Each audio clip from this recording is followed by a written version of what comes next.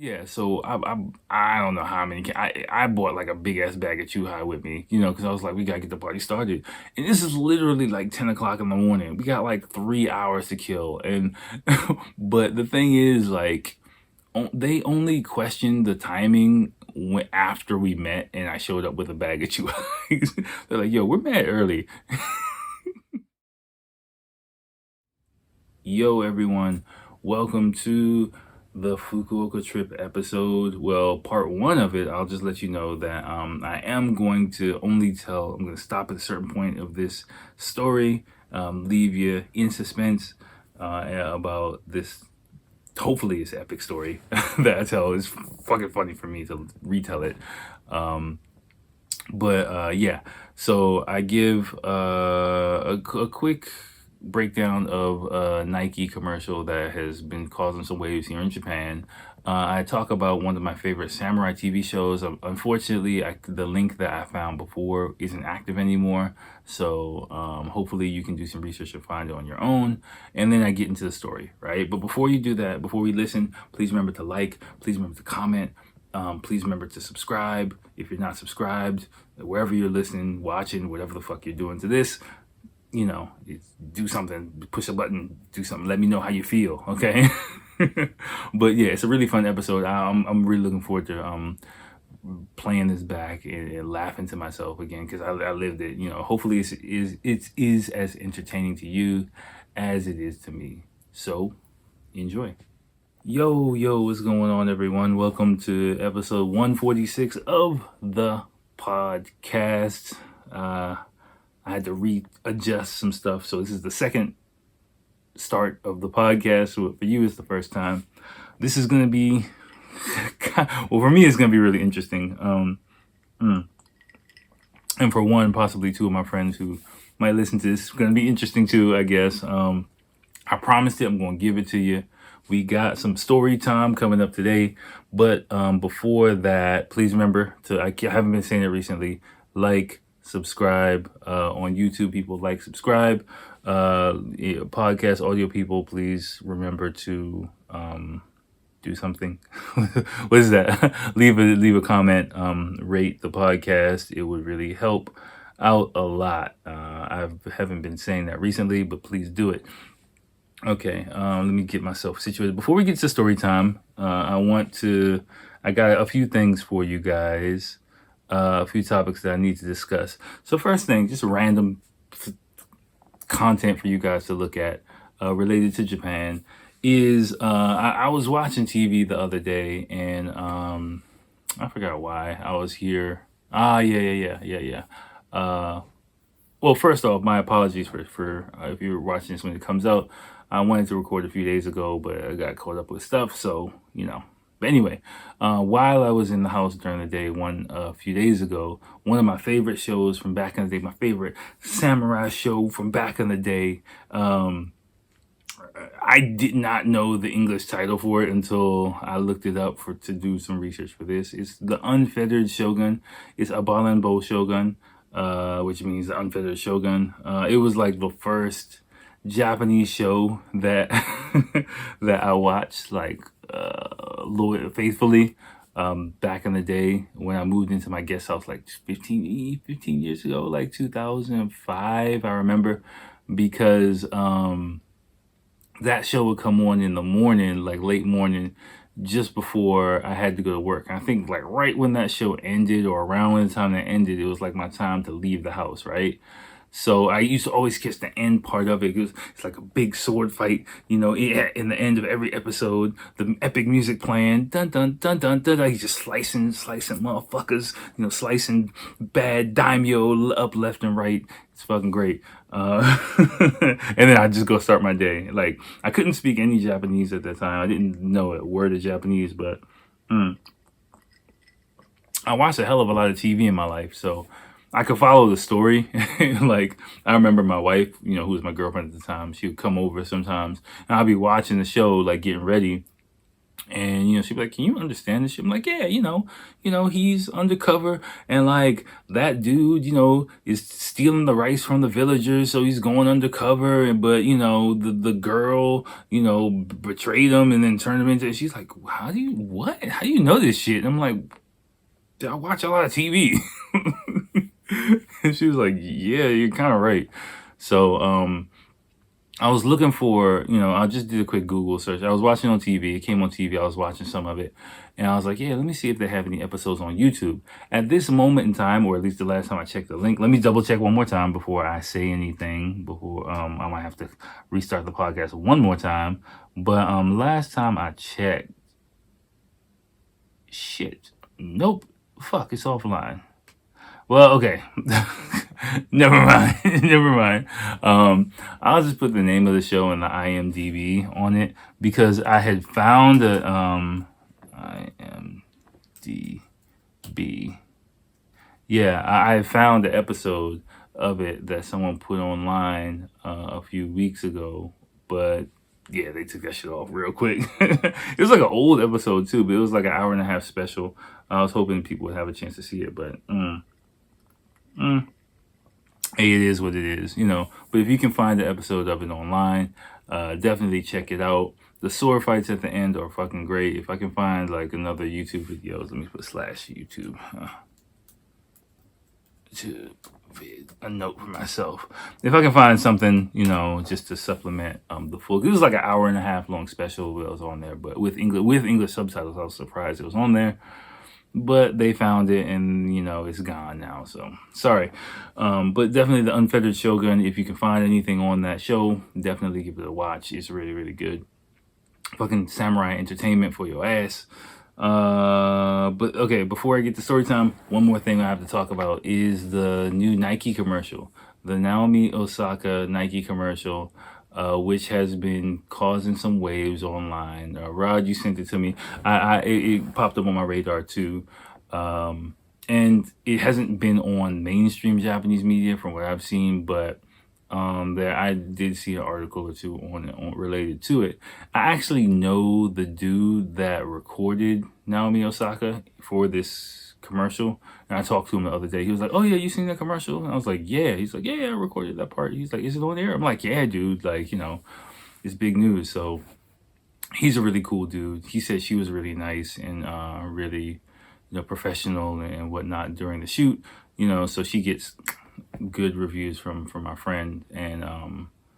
But as far as the backlash, Nike does kind of controversial kind of commercials every now and then, groundbreaking commercial work, and I guess their work with Naomi Osaka was one of those situations. But the thing about Japan, I mean, I watched the commercial once, and it took me a while to pick up on, like, there was, I think, 3 girls. There was like a half Japanese girl, a Korean girl maybe, and half black, half Japanese girl, Korean girl, and some other girl. I don't know what her deal was, but it was basically, from my take on it, was a commercial challenging the idea of what is Japanese and inclusion, the idea of inclusion in Japan. Now that I'm thinking about it, like, yeah,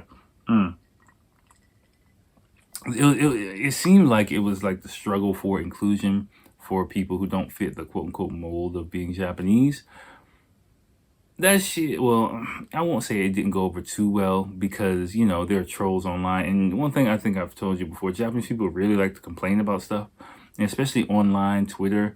Twitter is really popular here because of the anonymity of it. So, things Japanese people are really hold back what they want to say in public in most cases. So online on Twitter, they just let it fly, And so, of course, the most inflammatory comments are the ones that snatch the headlines.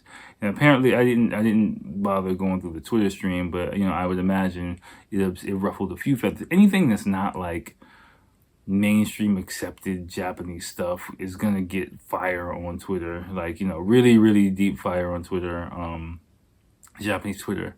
But for me, I just personally, I'm not gonna speak too deeply on it, as far as like the deep, relations with other countries in race relations go. But for me, I think that ad, for the people who didn't like it, just in general, the feeling that I get is those type of people who complain about shit like that, anything that's not like that attacks kind of main, it's like, okay, I was thinking about this before.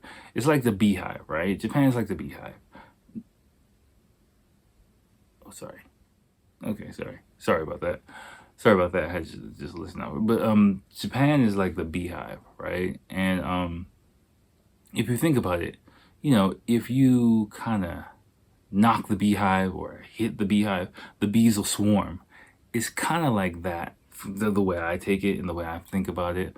Like, those people, they're just angry bees. And any noise disturbing like the tranquility of the beehive, they're gonna kind of swarm and get worked up into a frenzy about it. There's no rhyme or reason to it. Even if it's a rational complaint, even if it's, something that needs to be looked at, examined, questioned, it's rattling the beehive, the sanctity of the beehive, and they're gonna attack it, right? So, the questioning of the Japanese identity in general, or some people take that personally as a personal attack. Well, I'm not doing anything, and why do you hate us, and kind of thing, and go on defensive mode. But instead of questioning like why, what inclusion is, and I haven't really even thought about this angle until I'm talking about it. Like, the question, people don't really, inclusion is kind of a word that you kind of hear, but it's not really, it's still more like a superficial buzzword. Like, it's not really, challenging the social norms of Japan and what is acceptable and what is unacceptable, and making people rethink. It hasn't really gotten to that level, in my opinion. It's just more like, yeah, we need to be more inclusive, so let's just, do some shit, like, but anything, but not really fundamentally change the way people think or act towards each other. And because for most people, there's nothing wrong with that. And if you do challenge that, especially to call yourself Japanese, means that you're against the hive. You're a rogue fucking bee, and yeah, they'll fucking pounce on that shit. Now, again, we're in the age of the internet. We're one hater's voice on Twitter, gets magnified way the fuck out of proportion. So I don't really know how much fire is there from Japanese people. I haven't heard anything from everyday Japanese people about it at all. I don't even think most people know about it. But so just take that with a grain of salt, is what I would say, because it's really easy to bash some shit when when you've just got like your little fucking avatar on Twitter, and you can say whatever the fuck you want, nobody knows who you are, versus standing up, and showing your face, and saying how you say it with your chest. And Japanese people, the majority of Japanese people are not really willing to do that, but they love talking that shit on Twitter. So of course, those type of whatchamacallit, those type of what's the word, shenanigans shenanigans get lots of headlines in the Japanese media, just because they're inflammatory and things like that, but nothing would really, I would say the foreign media in Japan will actually pick up on the themes that is kind of, or the conversation is trying to spark, but not so much Japanese media. I really wouldn't go that far, which is interesting, and I'm pretty sure like Naomi Osaka herself had some input in that as well. So props to her on it. I might try and give the commercial a second look in my free time, just to reevaluate my stance on it. But just, I was kind of like, oh, okay, they're taking it there. I mean, bullying and, like the differences of appearance and hair, things like that, is, I was kind of like, okay, they're really doing it. But I can see the average Japanese person who doesn't think about those things on a daily basis, doesn't notice those things on a daily basis. Again, it's like rattling the beehive, and they go into defense mode. Well, why are you always bringing this stuff up? It's not a big issue. Like, what the fuck? You don't like us? Why are you thinking like all Japanese people are mean? Without thinking like, no, these things do happen. Just because you don't see them on a daily basis, you can turn a blind eye to it. So people just don't think about things that I think I've said this before in other issues. People just generally don't pay much attention to things that aren't affecting their everyday life here at all. Think ant colony, think beehive. Like it's kind of gets like that sometimes. So yeah, but definitely well done. Props to my friend who recorded it. I was really proud of him when he told me I was talking to him online and he told me that he did that. I was like, oh, whoa. So okay, that's all the social issues. Let's get down to the nitty gritty. All right, I've been thinking about this story for a while. Let me get a drink. I'm not trying to get too wasted, but I don't think this story will go into 2-episode territory. I think I might be able to tell the whole thing because there's a lot of alcohol involved in this, so there are some blank spots in my memory. But okay, so here we go. My trip to Fukuoka. Okay, this trip went down, I want to say like 2011-ish, 2011, 2012-ish, maybe 2011-ish, maybe 2011 might have been the year actually. I was just kind of beginning to enter the dark phase of my life. 2012-ish was kind of 2012 was a rough year for me. When I turned 30 was a rough year. So I think it was 29, towards the end of my party time here in Japan. And I went to Fukuoka with two of my boys. I'll call them Jeff and Will. Okay. Now these two guys are probably my two closest friends here in Japan, right? I know them the longest. Since I first got here, hit it off with them, partied with them, drank with them, just grown up together, had a lot of experiences, so let me give you some background about Jeff and Will, right? So we're kind of like, I was thinking about this all week. We're kind of like the Three Stooges when we get together because we're just very different, but we kind of mesh together in a weird kind of way that is a lot of fun and extremely entertaining, and it's just a fucking hot mess, right? But a good hot mess. So and we have a lot of things in common in weird ways. So for example, me and Will, we're both black, and we both have kind of Caribbean lineage, if you will. So we kind of share some of those kind of a little bit. We can relate in that kind of way. I think our family styles are a little bit different, but that Caribbean blood in us is there, right? He's from the New York area, of course. I'm from DC, but that's one point, right? Jeff, on the other hand, is from the DC area, and he's Asian. But he grew up DC. It was Chocolate City. He grew up, in the suburbs of DC, completely surrounded by black people. I'm pretty sure. Actually, me and Jeff have a lot in common. It's really freaky when I start talking about this situation, because actually I didn't know Jeff before I came to Japan. I met him at my first job. We just randomly started talking one day, and we found out that we went to rival high schools in DC. Actually, found out that like really rival high schools. Found out that actually I went to school with one of his siblings, with his sister, and I took a class with his sister. Actually, the world is really small, and I actually was really cool. I got fucked up with his sister. Like, we went on some trip one time, had a fucking blast. We were drinking and shit, like having a fucking great time. And I was like, okay, duh, I was mad cool with your sister. Of course, I'm mad cool with you. So, I mean, and halfway across the world in Tokyo, I run into this guy and we become like, really, really tight friends. It was weird, right?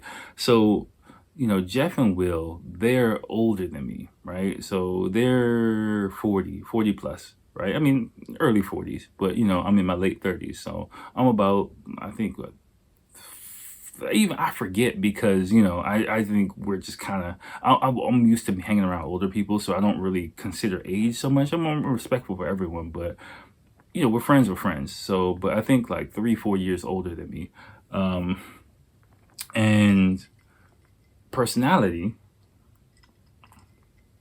don't worry, this is all kind of important information you're going to need to know.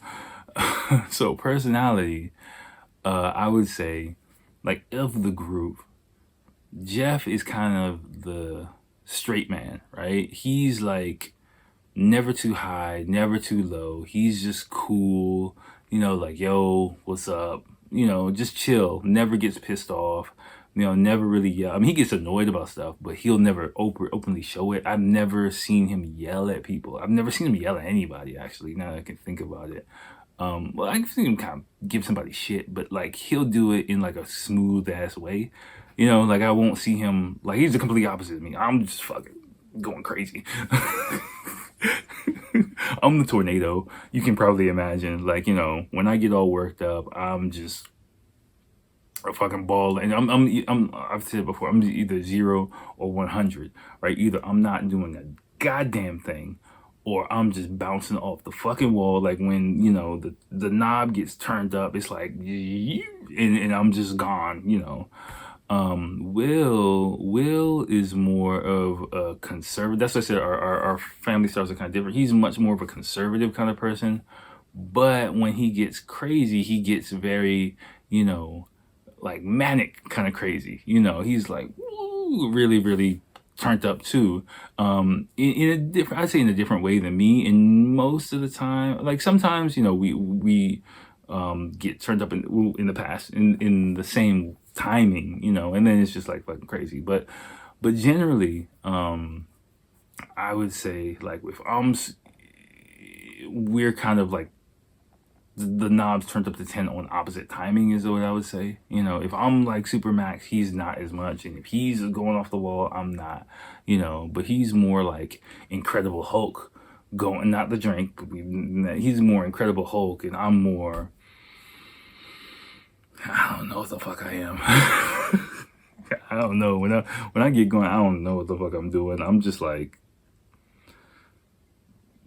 fucking Tasmanian devil, like,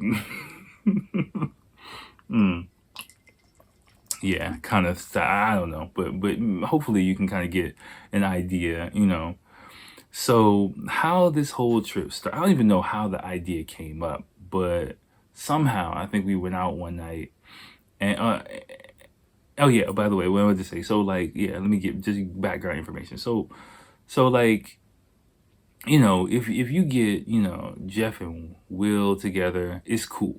If you get me and Will together, it's cool. If you get me and Jeff together, it's cool. It's like different ways, but when we come together, it's just like this perfectly fucked up balance of craziness, And we're just like the three amigos, and we just kind of know like what's going on, and we're just cracking jokes and talking crazy.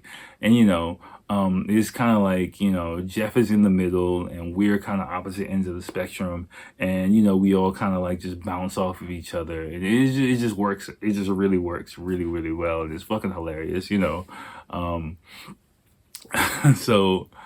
So somehow, I don't know how, I don't remember how, this is like almost 10 years ago, but we were talking one day, maybe we went out, we were like, yo, we should take a trip. Because previously, me and Will had taken a trip to Osaka. Like, I haven't talked about my Osaka trip before. It's not as crazy, again, because it was just me and Will, so it was fun, it was crazy, but not as wild as the Fukuoka trip, because it was all three of us. So, we were like, yeah, me and Will went to Osaka, it was cool, but, we should do something. All three of us should do something. And the idea of going somewhere came up. So we were like, all right, we're going to plan a trip. I think at the time I was freelance. So I was like, oh, I'll take some time off, like a weekend off, and we'll just do something. Now, at the time, I was married. I think Jeff had a girlfriend. and Will was single, right? So we were kind of three stages. I remember clearly we were kind of three different stages of life at that moment. I'm the youngest, right? So but you know, it was kind of like a interesting kind of, you know, mix of shit going on.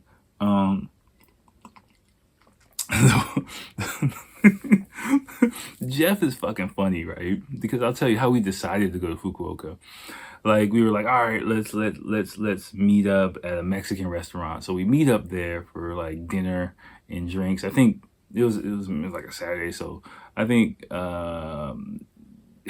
Jeff had been drinking all day or something like, or he had been hungover all day or something like that. And so, like I said, you know, when he's chill, Will is really like conservative. So he comes in like, okay, we got to plan this thing out. We got to figure it out. Let's, you know, do this and do this.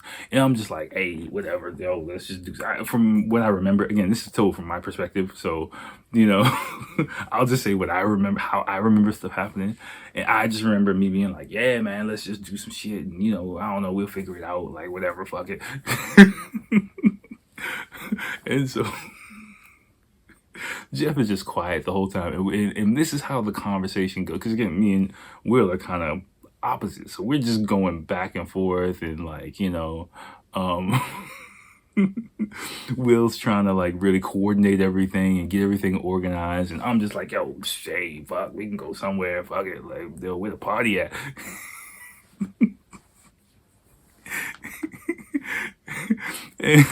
and Jeff is just like really quiet, and so we're like, all right, we need to find some shit, we need to go do this. And then like I think we eat, we talk, we're drinking beer. It's like a half an hour conversation. This is the shit that Jeff does.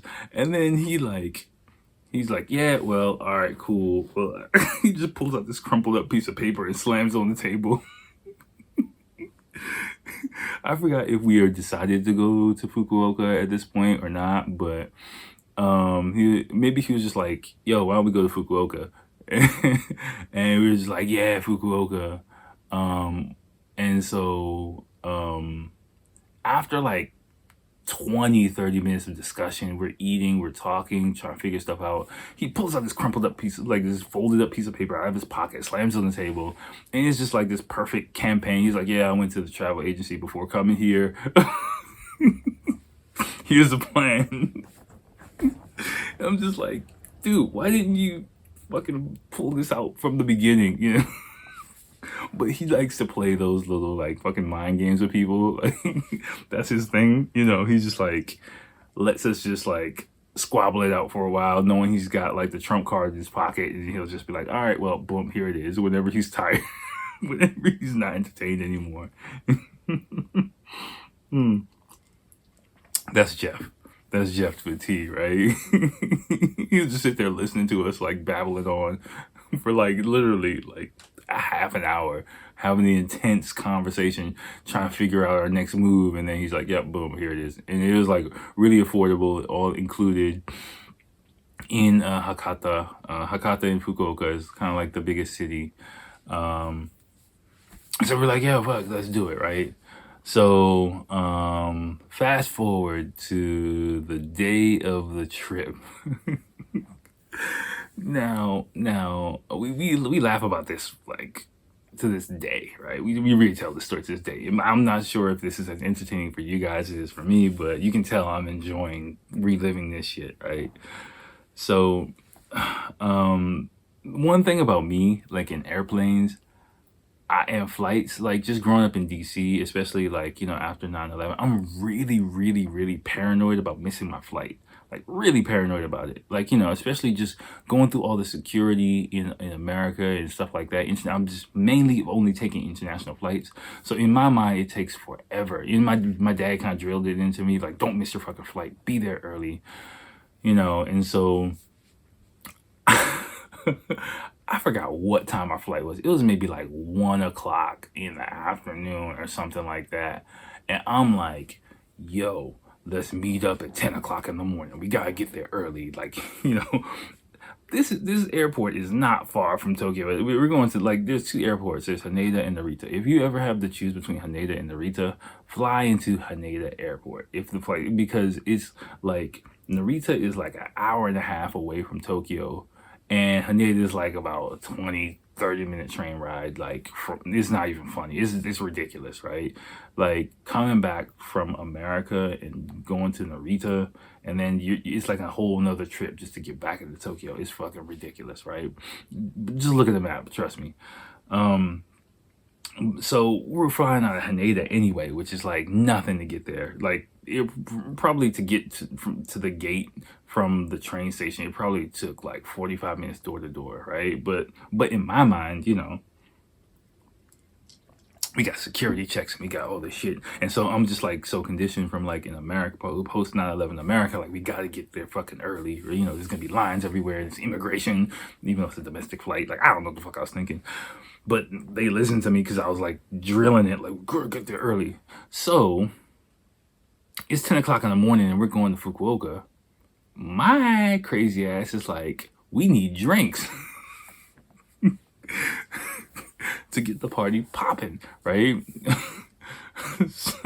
so I meet them in Shinagawa Station, and I think before I get there, I buy several cans of Chuhai, right? And you heard me, I've heard drink Chuhai on this program before, and this is in my 20s, so I'm like, fuck it, we're drinking Chuhai, but now I'm not a fan of Chuhai. My palate is much more sophisticated. I drink this Cavassier, which is almost finished, but whatever. I should have bought some beer, but I'm kind of glad I didn't, because then the story would get really crazy.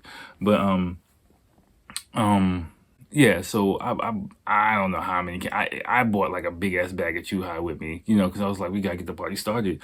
And this is literally like 10 o'clock in the morning. We got like 3 hours to kill. And but the thing is, like, they only questioned the timing after we met, and I showed up with a bag of Chuhai. They're like, yo, we're mad early.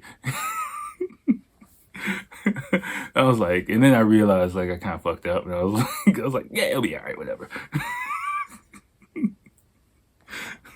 But no, actually, I was still kind of paranoid. I was like, no, it'll be fine. We gotta get there, right? So, I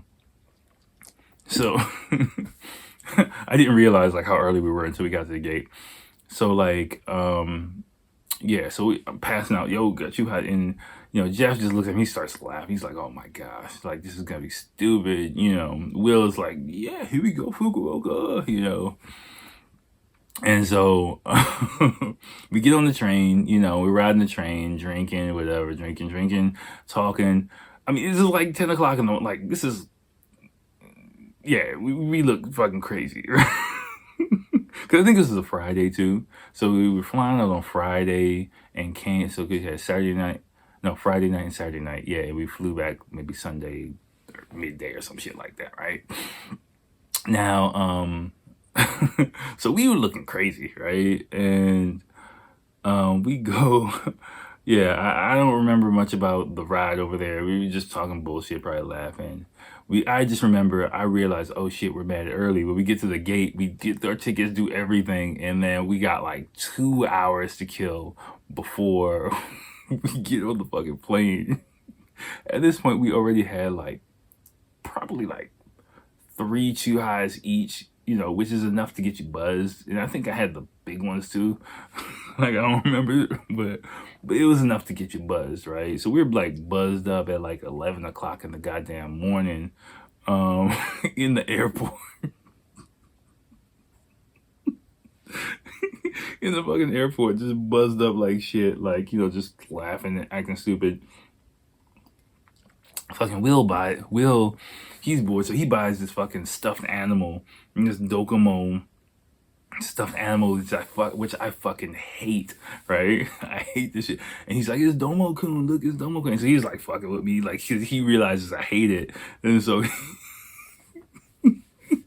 Jeff is like, Domo-kun is awesome, like, because he's just like hyping up Will, because he can tell like I fucking hate this motherfucking thing. And so we're just talking about this thing, and of course we're there like, all right, we got more time to get, let's get some more beers, right? You can see where this is going, right? So we get, we drank, I don't know, maybe 2 more beers before. So we're like, it's like, by the time it's like 12:30, 1 o'clock, we start boarding. We're like about 5 drinks deep. Like, I don't even remember how big, maybe not even cans, might even talk. Like, we're 5 drinks deep at like, on this trip at like fucking 12:30 in the afternoon. So the thing about this is, and this is the most fucked up flight I've ever been on. Like, the thing about this is, one, because like I forgot if I arranged the tickets or whatever. I think when we were getting on, somehow, I think, yeah, when we were, that's what it was. When we were at the check-in counter, because we're bigger, and in my mind, I like to, I think this is before they charge you extra for like the jump seat near the emergency exit seats. So this is before they started charging extra for it. So I used to always ask for it, just because more leg room. And so I was like, hey, can we get the emergency exit seat? The lady was like, sure. I mean, we're three, big. Like, I was lifting weights at that time. Will was pretty big, and Jeff lifts weights also. So we're all big, especially by Japanese standards. And so she's like, sure. She probably didn't smell the alcohol on her breath. It was a huge mistake by her. So we yeah, so we got the emergency seats. Now, in my mind, on the bigger planes, the emergency seat, you have a lot of leg room, but this is like a smaller one. So the emergency seats were like dead smack in the middle of the plane, like right where the wing is, right? Well, the wing is kind of in the middle of the plane anyway, but whatever. You know what I'm talking about. Like, it was in the middle of an aisle. We weren't sitting across from the stewardesses, anything. We were just in the middle of people.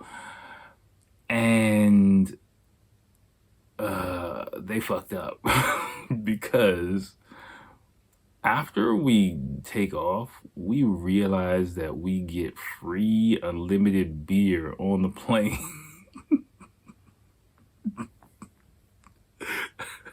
There's no meals because it was just like maybe like an hour and a half, 2 hour flight, maybe. No meals, but we get free. I mean, like small beers, like fucking small, like half-size cans of beer. But it's Japan, so it's like all you can drink. Man, I don't know how many of these fucking things we had, but they just kept them coming. Like, well, they didn't keep them coming. We kept. We made them keep them coming. It's like, yo, like every 5 minutes, like, yo, okay, there's some more. And like, I talk about respecting Japanese people and all this shit.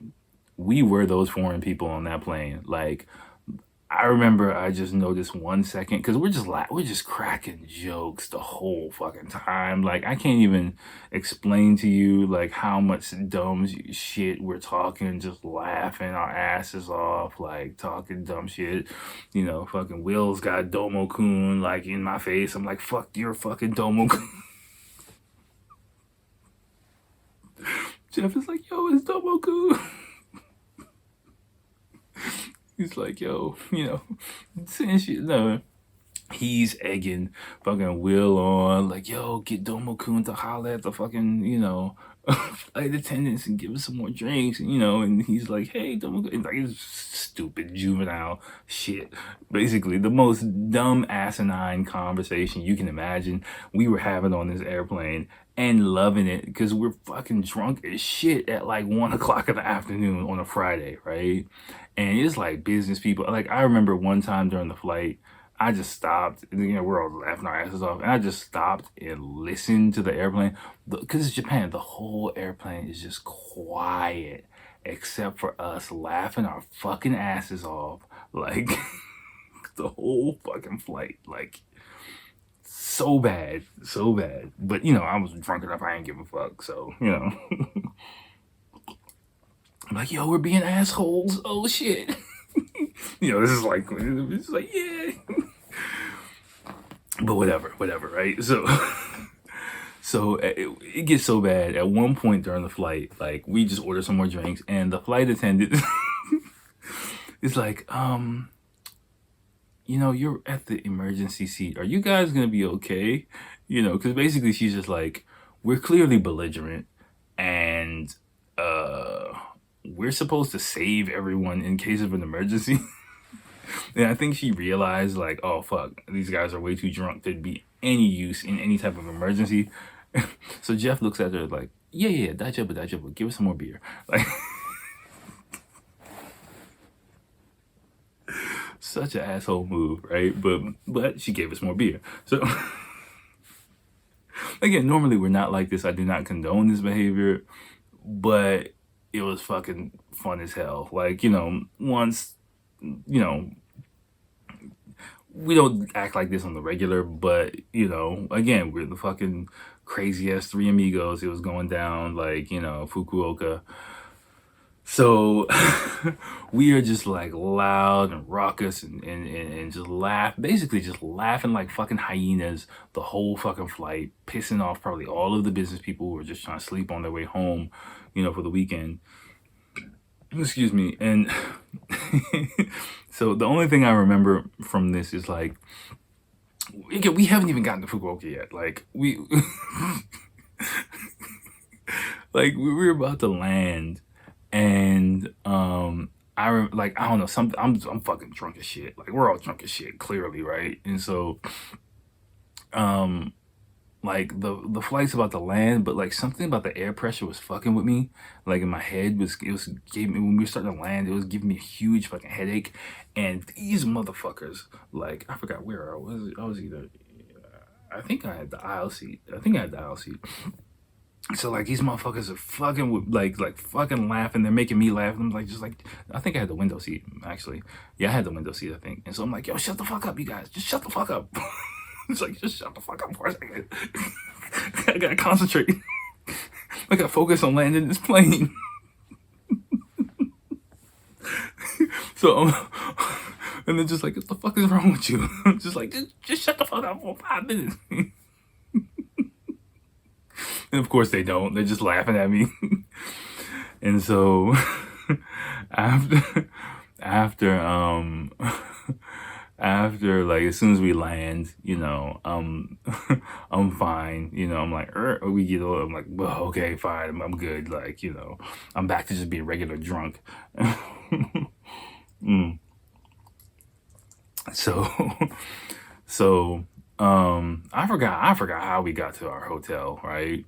But I think we arrived at like about 3 o'clock in the afternoon, and we're basically off our ass drunk at this point. Like, to be honest with you, like at 3 o'clock, at 3 o'clock in the afternoon, I think it was beautiful, maybe like October, early fall, so the weather's perfect. But we were just fucked up. Like, no, because I was wearing shorts. I think it was early summer, so it was maybe like May. It was like springtime, maybe like May or something like that. And I had a bucket hat and some shorts. I remember that. They were giving me shit because I was changing clothes so goddamn much. Like, when I'm on vacation, I like to wear different shit. So, I wear like work clothes all the time. So I want to like wear clothes that I normally don't have a chance to wear. So I'm changing outfits like 2-3 times a day. Like, off the rip. Like, that's just what I like to do on vacation. And again, I'm kind of like the tornado maverick of the group. So I just do whatever the fuck I want to do. Say fuck that shit, So, yeah.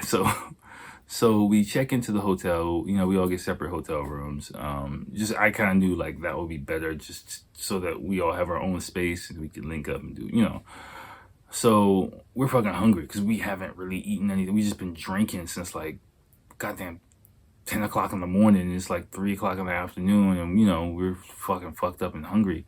So, Hakata is really famous for a lot of different foods and stuff like that. But it was 3 o'clock in the afternoon and nothing was open, right? So we were just like, fuck, what are we gonna do? So we were just like, yo, everything's closed. Fuck. Except this Indian food place.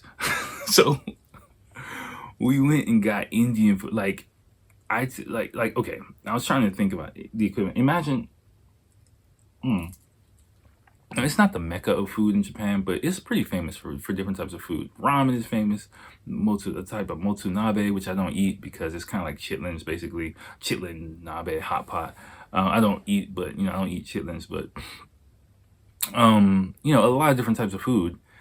And like, imagine you go to Italy, and they're like, oh, what did you eat there? You talk to someone, oh, I had some Indian food. Like, it's kind of like, what? Like, that's kind of what we did. We just went and we had Indian food. Of course, we drank some beer, Indian beer or Singhai. I think we drank some Thai beer.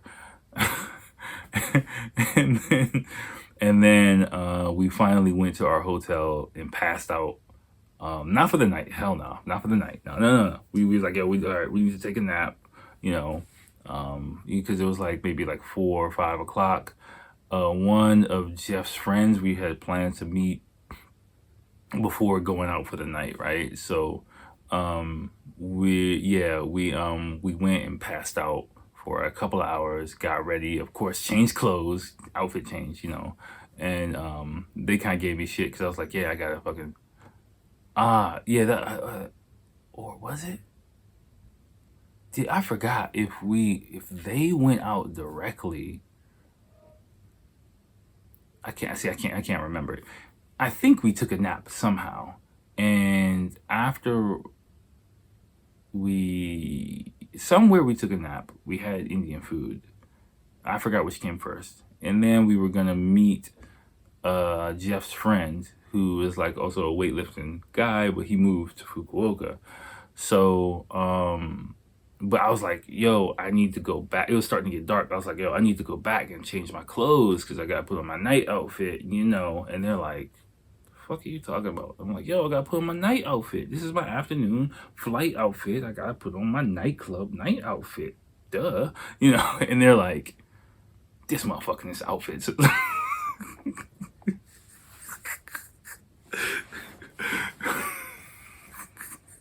So they start giving me shit about my outfits. I'm like, yo, come on, man.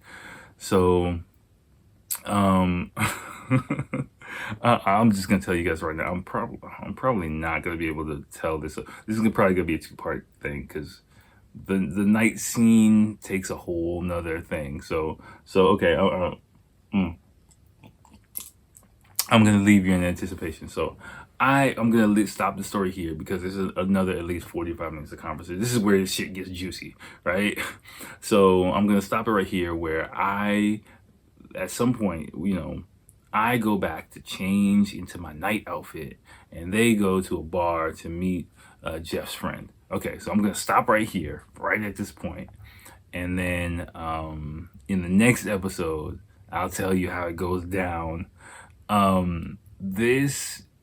The majority of the trip, I don't even remember the second night so much. I'll just say right now, I don't remember the second night so much at all. I remember like one thing we did the second night.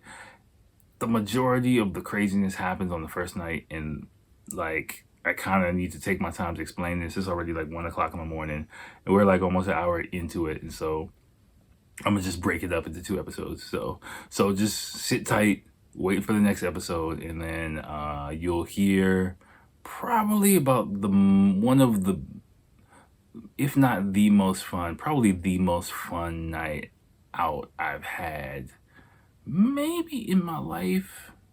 Definitely in Japan. Yeah, definitely in Japan. I'll just say that. So save that for the next episode. So all right, y'all. Let's just leave it there. See you next time. Peace.